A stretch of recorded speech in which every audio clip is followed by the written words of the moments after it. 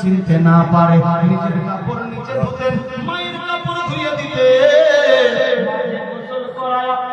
খাইয়ে দিতেন, আর ওই ছেলে চলে যেতেন ঝোপঝাড় জঙ্গলে আল্লাহর জিকির আজকারে লিপ্ত হয়ে থাকতেন, নবী নবী বলে আওয়াজ দিতেন। ইয়ামান শহরের লোকেরা বলে একটা খাপা দেখছে ভাগা ভাগা ভাগা, গোসল করেছে কি না জানি না, ছেলেটার শরীর কেমন কেমন, দাঁত মুখ সব খেপটে আছে, চুলগুলা বড় বড় চুল মোবারক, আল্লাহু আকবার, দাড়ি কোনদিন এর মধ্যে আপনার চিরুনি লাগায় না, দেখতে বিকট চেহারা, আল্লাহু আকবার আল্লাহু আকবার, ছিঁড়া ফাটা কাপড় পরে ঘুরে খেজুরের বিচি কুড়িয়ে বেড়ায়, এই একটা মস্ত বড় পাগল।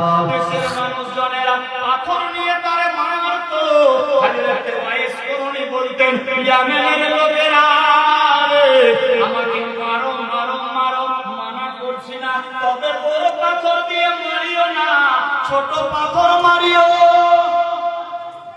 আমাকে মারো, মানা করছি বড় পাথর দিয়ে মারিও না, ছোট পাথর দিয়ে মারিও। আচ্ছা বাজা বাজা বাজা চলবে না, মোহাব্বতে সুবহানাল্লাহ, বেরাদা মারাত্মক ডেঞ্জার ঘটনা। আরে ইবুল পাগলা, কাউকে মারলে তুমি বলবে আমাকে কেন মারছো না, গালি দিবে, কি বলছে মারো, কিন্তু বড় পাথর মারিও না, ছোট পাথর মারিও।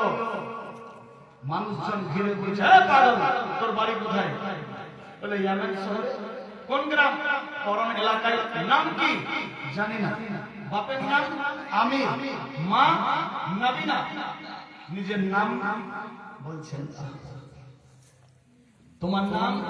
আমি তো একজন আশিক দিওয়ানা। আল্লাহু আকবার। আচ্ছা কাউকে মারলেও মানা করে তুমি বলছো মারো, আবার ছোট পাথর মারো, বড় পাথর না। হযরত ওয়াইস করণীর চোখ দিয়ে ঝরঝর করে পানি পড়ে। শোনো রে, আমি সব সময় ওযু করে থাকি আর ওযুর সাথে নবীর নাম জপতে থাকি। তোমরা যখন বড় পাথর মারো, আমার শরীরের চামড়া ফেটে তাজা রক্ত ঝরে যায়, আর যখন তাজা রক্ত ঝরে যায় আমার ওযু ভেঙে যায়। শোনো রে, তোমরা ছোট পাথর মারবা, চামড়া ফাটবে না, রক্ত বের হবে না, ওযু টুটবে না, আমি ওযুর সাথে নবীর নাম জপতে থাকবো। হায়রে ওয়াইস, জীবনে কখনো বিনা ওযুতে থাকতেন না, সব সময় নামাজে রত, তাসবিহ তাহলিল নবীর প্রতি দরুদ ও সালাম পড়তে থাকতেন। আল্লাহু আকবার আল্লাহু আকবার। মাকে সব সময় বলতেন, মা গো আল্লাহর হাবিব সম্পর্কে বলো। মা সমস্ত নবীর গুণের ব্যাপারে বলতেন। আল্লাহু আকবার দেখে উতলা হয়ে যেত। কোন হাজী সাহেব যদি হজ করতে যেত, বিরাদার বন্ধুগণ যদি জানতে পারতো হযরত ওয়াইস করণী মেন রাস্তায় গিয়ে দাঁড়িয়ে থাকতো, হাজী সাহেবরা হজ করে আসলো, হযরত ওয়াইস করণী বলতেন, হাজী সাহেব আমি যার জন্য দিওয়ানা তার ব্যাপারে বলো। আল্লাহর হাবিবকে কি দেখেছো? হ্যাঁ দেখেছি। কিরকম দেখতে? নূরে মুজাসসাম, চাঁদের গায়ে দাগ তার শরীরে দাগ নাই, সূর্যের গায়ে দাগ তার শরীরে দাগ নাই, সূর্যের দিকে তাকালে তাকাবার ইচ্ছা জাগে না, কিন্তু সেই চেহারা দেখলে অন্যদিকে দেখার ইচ্ছা করে না। শোনো রে, এত সুন্দর সুশীলা চেহারা, শুধু তাই নয়, যে রাস্তা দিয়ে সেই মহামানব চলে, পাথরের উপরে পা রাখলে পাথর মম হয়ে পায়ের নিশান দেখা যায়, চাকার উপরে পা রাখলে চাকা ফুল হয়ে যায়, যখন তিনি হাঁটে গো সূর্যের আলো তার উপরে পড়ে না, বাদলি গিয়ে ছায়া করে, সূর্য লজ্জায় লজ্জিত হয়ে লুকিয়ে থাকে।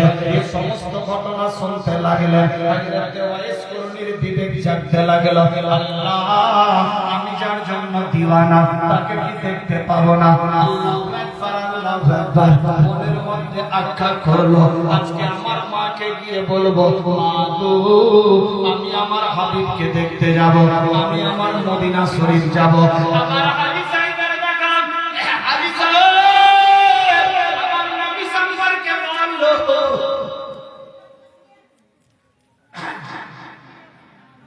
হাজি সাহেবরা বলতে এই তোমার নাম কি? বলে যার ব্যাপারে বলতে বলছি তা আমি দিওয়ানা। বাড়ি এই সময় তোমার লেবাস পাগলের মতো চেহারা। হ্যাঁ আমি সেই পাগল যার পাগল তারই ব্যাপারে জিজ্ঞাসা করছি। বলো। বলে কি বলবো?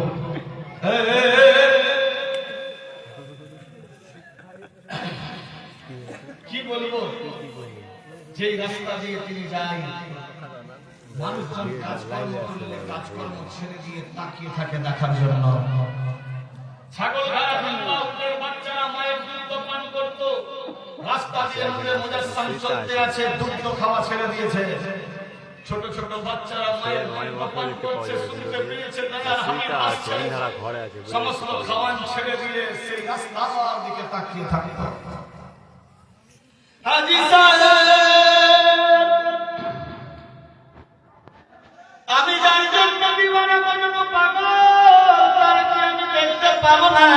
মনের মধ্যে চিন্তাধারা নিয়ে চললেন নিজের বাড়িতে। মাগো, আমার মন চাইছে আল্লাহর হাবিবকে দেখতে যাব। আমি যাব আল্লাহ পাক রব্বুল ইজ্জত। মাগো, আমি যাব সেই শহরে মদিনা, নবী মুস্তাফার জিয়ারত করার জন্য। মা, জীবন চাইতে যাকে ভালোবাসি, মাগো